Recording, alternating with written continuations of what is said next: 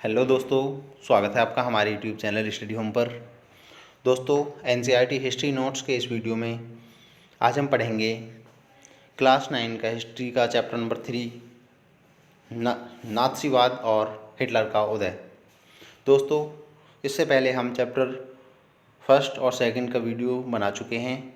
आप हमारे YouTube channel study home के प्लेलिस्ट में जाकर देख सकते हैं। तो दोस्तों, आइए शुरुआत करते हैं इसके महत्वपूर्ण बिंदुओं से। पहला है, हिटलर के विचार किन दार्शनिकों के विचारों पर आधारित थे। तो हिटलर के विचार दो दार्शनिकों के विचारों पर आधारित थे, चार्ल्स डार्विन और हर्बर्ट स्पेंसर। अगला है, 30 जनवरी 1933 को जर्मनी के किस राष्ट्रपति ने हिटलर को चांसलर का पदभार संभालने के लिए न्योता दिया। तो ये न्योता दिया गया था राष्ट्रपति हिंडनबर्ग द्वारा। अगला है, नात्सी शासन में कुल कितने किस्म के लोगों को अपने दमन का निशाना बनाया। नात्सी शासन में कुल कितने किस्म के लोगों को अपने दमन का निशाना बनाया। तो कुल 52 किस्म के लोगों को निशाना बनाया गया था। अगला है, द्वितीय विश्व युद्ध में हिटलर ने सबसे बड़ी भूल क्या की थी। तो सोवियत संघ पर हमला करना हिटलर की ऐतिहासिक बेवकूफ़ी या सबसे बड़ी भूल मानी जाती है। द्वितीय विश्व युद्ध में जर्मनी का साथ किन किन देशों ने दिया और इन्हें क्या कहा जाता है। तो द्वितीय विश्व युद्ध के दौरान जर्मनी के साथ थे इटली और जापान, और इन तीनों देशों को कहा जाता था ध्रुवीय राष्ट्र। किन देशों को मित्र राष्ट्र कहा जाता था। तो मित्र राष्ट्र में थे फ्रांस, इंग्लैंड और रूस। इन तीनों देशों को मित्र राष्ट्र कहा जाता था। हिटलर ने आर्थिक संकट से निकालने के लिए कौन सा विकल्प चुना। तो हिटलर ने आर्थिक संकट से निकालने के लिए युद्ध का विकल्प चुना था। अगला है, घेटो या दड़बा किसे कहा जाता था। यहूदी बाकी समाज से अलग बस्तियों में रहते थे, जिन्हें घेटो या दड़बा कहा जाता था। आई रिपीट, यहूदी बाकी समाज से अलग बस्तियों में रहते थे, जिन्हें घेटो या दड़बा कहा जाता था। अगला है, नवंबर का अपराधी कहकर किसे बुलाया जाता था। तो वाइमर गणराज्य के समर्थकों को नवंबर का अपराधी कहकर बुलाया जाता था। अगला है, नात्सीवाद क्या है। नात्सीवाद यह एक संपूर्ण व्यवस्था और विचारों की पूरी संरचना का नाम है, जिसका जनक हिटलर को माना जाता है। जर्मन साम्राज्य में यह एक विचारधारा की तरह फैल गई थी, जो खास तरह की मूल्य मान्यताओं, एक खास तरह के व्यवहार से संबंधित था। आगे है, नात्सीवादियों का विश्व दृष्टिकोण क्या था। इसका उत्तर है नंबर 1, सभी समाजों का जर्मन साम्राज्य में बराबरी का हक नहीं था। वे नस्लीय आधार पर या तो बेहतर थे या कमतर थे। उनका मानना था कि जर्मन आर्य सबसे उच्च कोटि की नस्ल है और इसे ही जीने का हक है, बाकी किसी को भी जीने का हक नहीं है, अतः इन्हें मौत के घाट उतार दिया जाए, ऐसी उनकी मान्यता थी।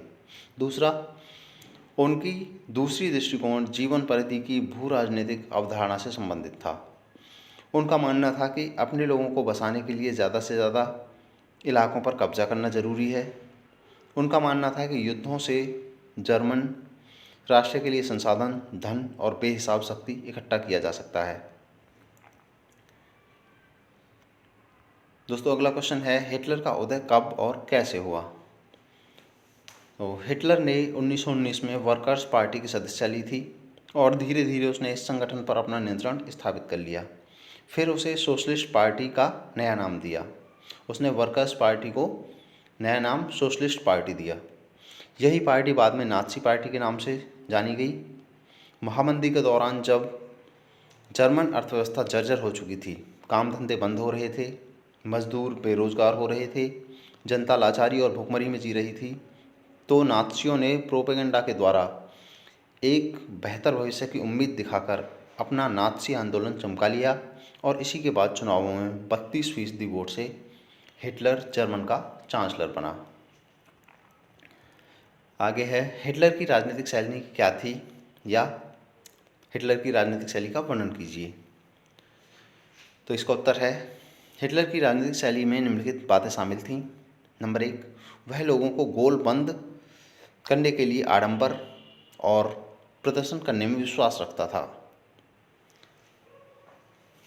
दूसरा, वह लोगों का भारी समर्थन दर्शाने और लोगों में परस्पर एकता की भावना पैदा करने के लिए बड़े बड़े रैलियां और सभाएं करता था। तीसरा, स्वास्तिक छपे लाल झंडे नाज़ी सैल्यूट का प्रयोग किया करता था और भाषण खास अंदाज में दिया करता था। भाषणों के बाद तालियां भी खास अंदाज में नाज़ी लोग बजाया करते थे। और अगला है, चूँकि उस समय जर्मनी भीषण आर्थिक और राजनीतिक संकट से गुजर रहा था, इसलिए वह खुद को मसीहा और रक्षक के रूप में पेश कर रहा था, जैसे जनता को इस तबाही से उबारने के लिए उसने अवतार लिया हो, वह ऐसा प्रदर्शित करता था। आगे है, द्वितीय विश्व युद्ध का अंत कैसे हुआ। तो जब द्वितीय विश्व युद्ध में अमेरिका कूद पड़ा तो ध्रुवीय राष्ट्रों को घुटने टेकने पड़े। इसके साथ ही हिटलर की पराजय हुई और जापान के हिरोशिमा और नागासाकी शहर पर अमेरिका के बम गिराने के साथ ही द्वितीय विश्व युद्ध का अंत हो गया। अगला है, वायमर गणराज्य के सामने क्या समस्याएं थीं। तो वायमर गणराज्य के सामने निम्नलिखित समस्याएं थीं। नंबर 1, युद्ध में पराजय और राष्ट्रीय अपमान और हट जाने के लिए इसी को दोषी ठहराया गया। गणराज्य के समर्थकों को नवंबर का अपराधी कहकर उनका मजाक उड़ाया जाता था। नंबर 2, रूस की बोल्शेविक क्रांति की तरह ही जर्मनी में स्पार्किस्ट लीग द्वारा विद्रोह की योजना बनाई गई। इसे वायमर गणराज्य ने विफल तो कर दिया, परंतु जर्मनी के साम्यवादी और समाजवादी एक दूसरे के कट्टर दुश्मन बन गए। तीसरा, प्रथम विश्व युद्ध के बाद जब कर्ज और हर्जाना चुकाने से मना कर दिया तो फ्रांस ने उसके बहुत से आर्थिक क्षेत्रों पर कब्जा कर लिया। और अगला है, 1923 में इस गणराज्य को आर्थिक संकट इस कदर झेलने पड़े कि उसे मुद्रा की कीमत अंतर्राष्ट्रीय बाजार में काफ़ी कम हो गई और कर्ज और महंगाई मुद्रास्फीति काफ़ी बढ़ गई, जिससे निपटने के लिए उसे अमेरिका से आर्थिक मदद कर्ज के रूप में लेनी पड़ी। तो अभ्यास प्रश्न, वायमर गणराज्य के सामने क्या समस्याएं थी, ये अभी हमने पढ़ा। अगला है, इस बारे में चर्चा कीजिए कि 1930 तक आते आते जर्मनी में नाज़ीवाद को लोकप्रियता क्यों मिलने लगी। तो 1929 के बाद बैंक दिवालिया हो चुके थे, काम धंधे बंद होते जा रहे थे, मजदूर बेरोजगार हो रहे थे और मध्य वर्ग को लाचारी और भुखमरी का डर सता रहा था। नाज़ी प्रोपेगेंडा में लोगों को एक बेहतर भविष्य की उम्मीद दिखाई देती थी। धीरे धीरे नाज़ीवाद एक जन आंदोलन का रूप लेता गया और जर्मनी में नाज़ीवाद को लोकप्रियता मिलने लगी। हिटलर एक ज़बरदस्त वक्ता था, उसका जोश और उसके शब्द दोनों लोगों को हिलाकर रख देते थे। वह अपने भाषणों में एक शक्तिशाली राष्ट्र की स्थापना, वर्साय संधि में हुई नाइंसाफ़ी, जर्मन समाज को खोई हुई प्रतिष्ठा वापस दिलाने का आश्वासन देता था। उसका वादा था कि बेरोजगारों को रोजगार और नौजवानों को एक सुरक्षित भविष्य देगा। उसने आश्वासन दिया कि वह देश को विदेशी प्रभाव से मुक्त कराएगा और तमाम विदेशी साजिशों का मुंहतोड़ जवाब देगा। दोस्तों, अगला क्वेश्चन है, नाज़ियों ने जनता पर पूरा नियंत्रण हासिल करने के लिए कौन कौन से तरीके अपनाए। तो जैसे कि हम पहले भी इसके बारे में पढ़ चुके हैं, आइए एक बार और नज़र डालते हैं। नाज़ियों ने जनता पर पूरा नियंत्रण हासिल करने के लिए निम्नलिखित तरीके अपनाए। नंबर 1, हिटलर ने राजनीति की एक नई शैली रची थी। वह लोगों को गोलबंद करने के लिए आडंबर और प्रदर्शन की अहमियत समझता था। दूसरा, हिटलर के प्रति भारी समर्थन दर्शाने और लोगों में परस्पर एकता का भाव पैदा करने के लिए नाज़ियों ने बड़ी बड़ी रैलियां और जनसभाएं आयोजित की थीं। स्वास्तिक छपे लाल झंडे, नाज़ी सैल्यूट और भाषणों के बाद खास अंदाज में तालियों की गड़गड़ाहट, ये सारी चीज़ें शक्ति प्रदर्शन का हिस्सा थीं। नाज़ियों ने अपने धुआंधार प्रचार के जरिए हिटलर को एक मसीहा, रक्षक, एक ऐसे व्यक्ति के रूप में पेश किया जिसने मानव जनता को तबाही से उबारने के लिए अवतार लिया था। और नंबर 5, एक ऐसे समाज को यह छवि बेहद आकर्षक दिखाई देती थी जिसकी प्रतिष्ठा और गर्व का एहसास चकनाचूर हो चुका था और जो एक भीषण आर्थिक और राजनीतिक संकट से गुजर रहा था।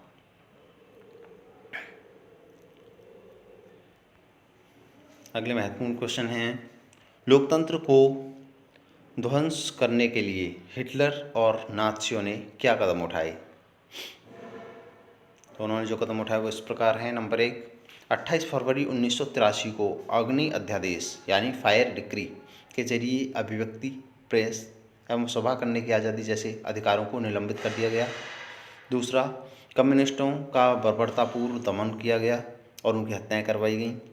तीसरा, सभी राजनीतिक विरोधियों और गैर नाज़ियों की हत्या की गई या उन्हें यातना गृह में डाल दिया जाता था।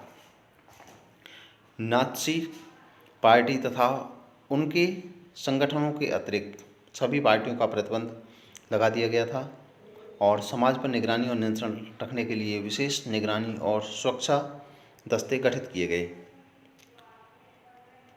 आगे है, जर्मनी में आए 1923 के आर्थिक संकट पर टिप्पणी लिखें। तो इसके मुख्य बिंदु इस प्रकार हैं। नंबर 1, प्रथम विश्व युद्ध कर्ज लेकर लड़ा गया। दूसरा, जर्मनी को हर्जाना भी स्वर्ण मुद्रा में देना पड़ा। तीसरा, बड़ी मात्रा में कागजी मुद्रा छापने से जर्मनी में अति मुद्रास्फीति आ गई, वहाँ की मुद्रा मार्क की कीमत गिर गई, महंगाई बहुत बढ़ गई।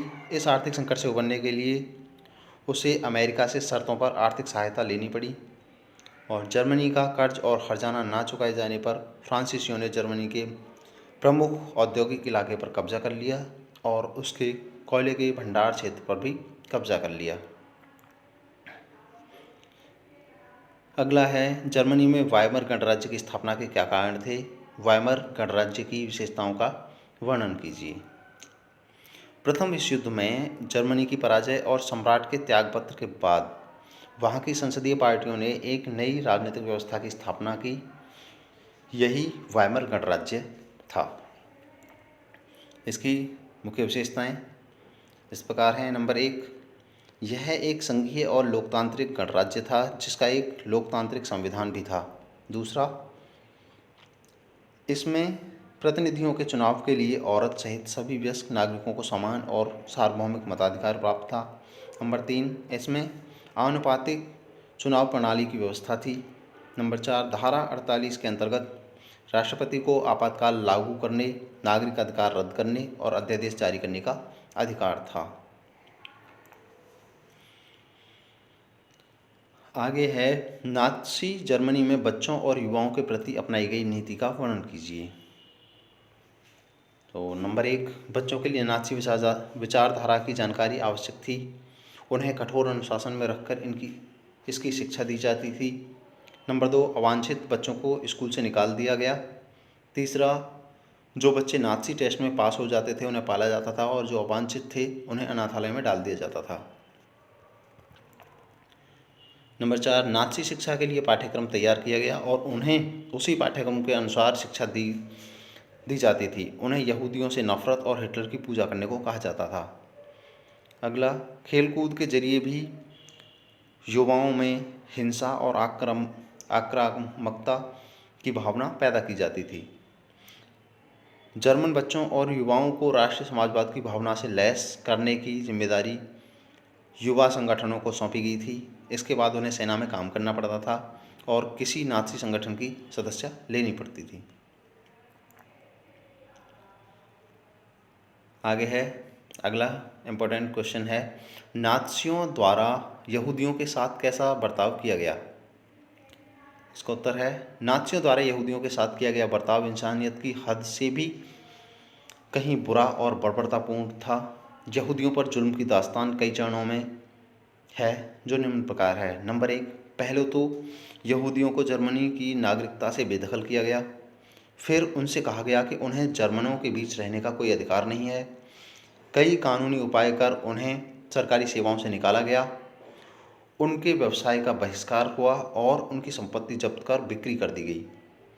उनकी संपत्तियों को लूटा गया और उन्हें जेल और उनके घर जला दिए गए। दूसरा, सितंबर 1941 यहूदियों को हुक्म दिया गया कि वह डेविड का पीला सितारा अपनी छाती पर लगाकर रखेंगे। उनके पासपोर्ट, तमाम कानूनी दस्तावेज़ों और घरों के बाहर भी यह पहचान चिन्ह छुपा दिया गया। उन्हें घेटो बस्तियों में कष्टपूर्ण और दरिद्रता की स्थिति में रखा जाता था। और अगला पॉइंट है, समूचे यूरोप के यहूदी मकानों, यातनागृहों और घेटो बस्तियों में रहने वाले यहूदियों को मालगाड़ियों में भर भर कर मौत के कारखानों में ले जाया जाने लगा। उन्हें गैस चैम्बरों में झोंक दिया जाता था। दोस्तों, ये हम पहले पढ़ ही चुके हैं।